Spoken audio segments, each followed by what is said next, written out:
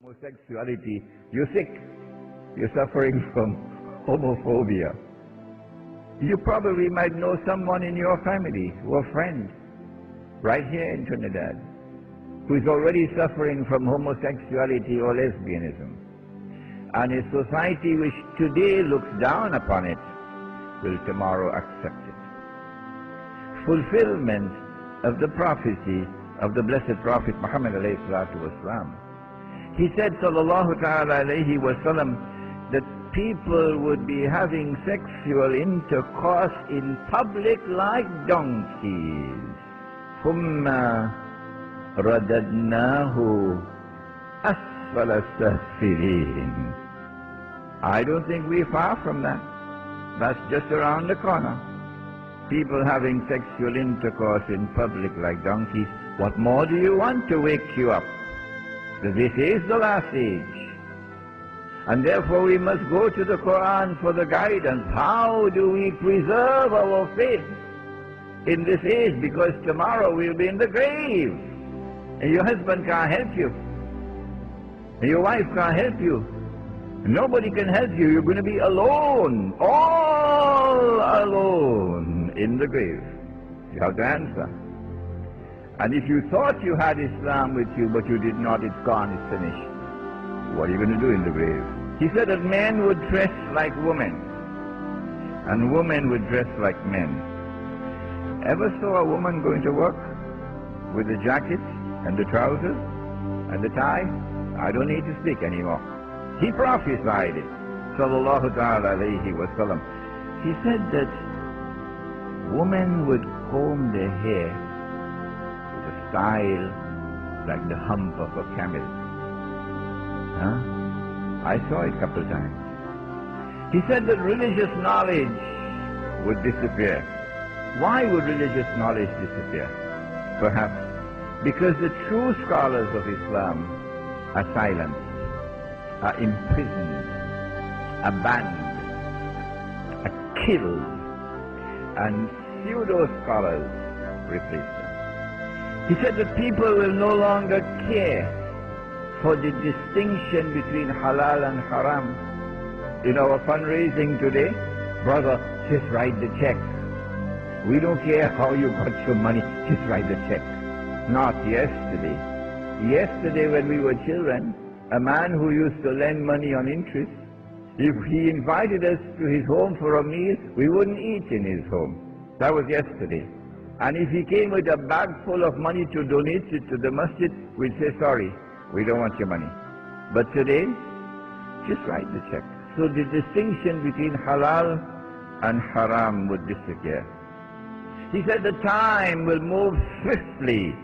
A whole year will pass like a month like a week like a day, etc. Why would there be the perception of time moving faster and faster? If you go in i'tikaf, oh yes, you would know why.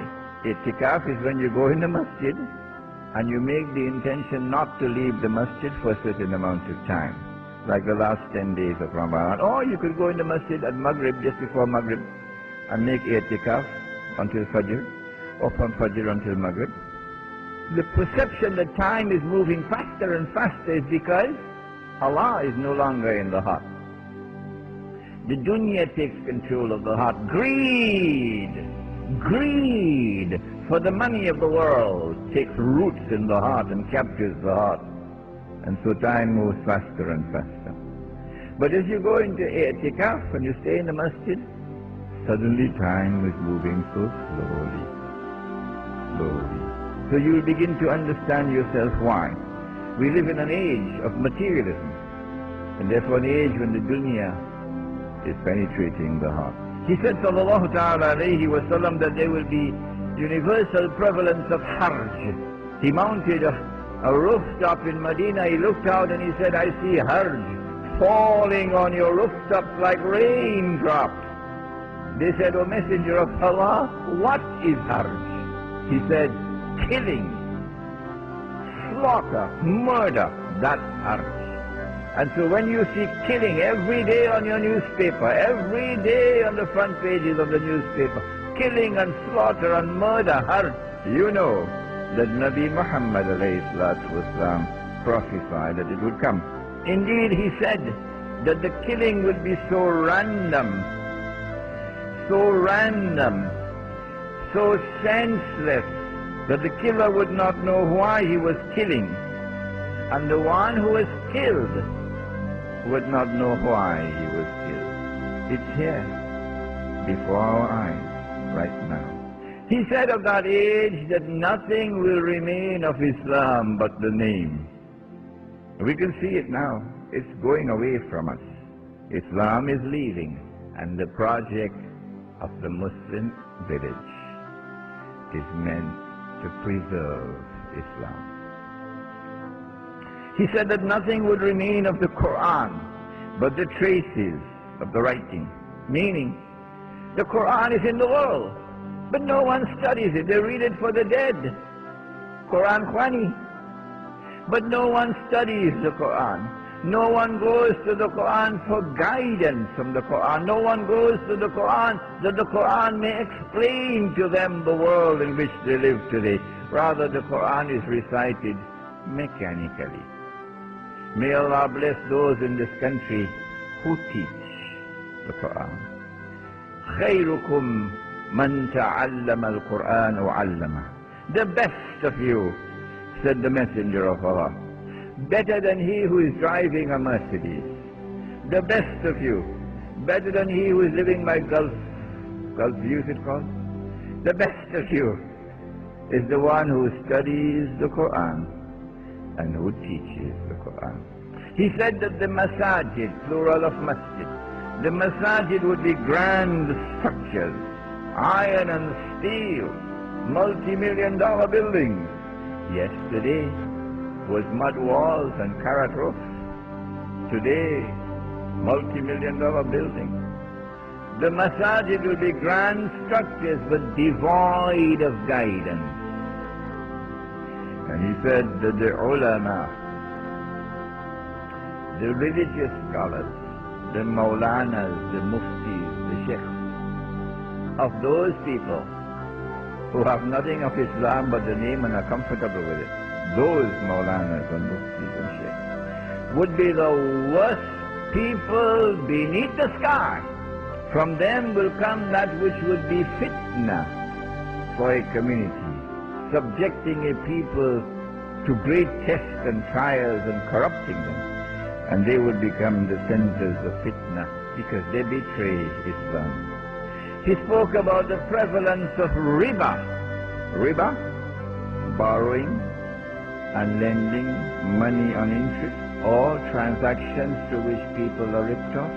He said the time will come when you would not be able to find a single person in all of mankind who would not be consuming riba. And whosoever claims that he is not consuming riba, verily the dust of riba would reach him. Verily the vapor of riba would reach him. Today, very clearly, riba has taken control of the economy around the world. And then he said, and this is the Hadith al-Qudsi, it is the word of Allah, subhanahu wa ta'ala, which is transmitted to the Prophet ﷺ, of that age of Gog and Magog, that 999 out of every 1,000 will enter into the hellfire. If that is not enough to wake us up, what will wake us up? When these signs appear, then we know that we live in a world which will continue to decline, growing worse and worse, more and more violent, more and more corrupt, more and more godless. In other words, when these signs appear, we know that we are on board a ship which is sinking, and there is nothing that we can do, or the PNM or the UNC, which can prevent that ship from sinking. If we are on board a ship which is sinking, and we cannot prevent it from sinking, what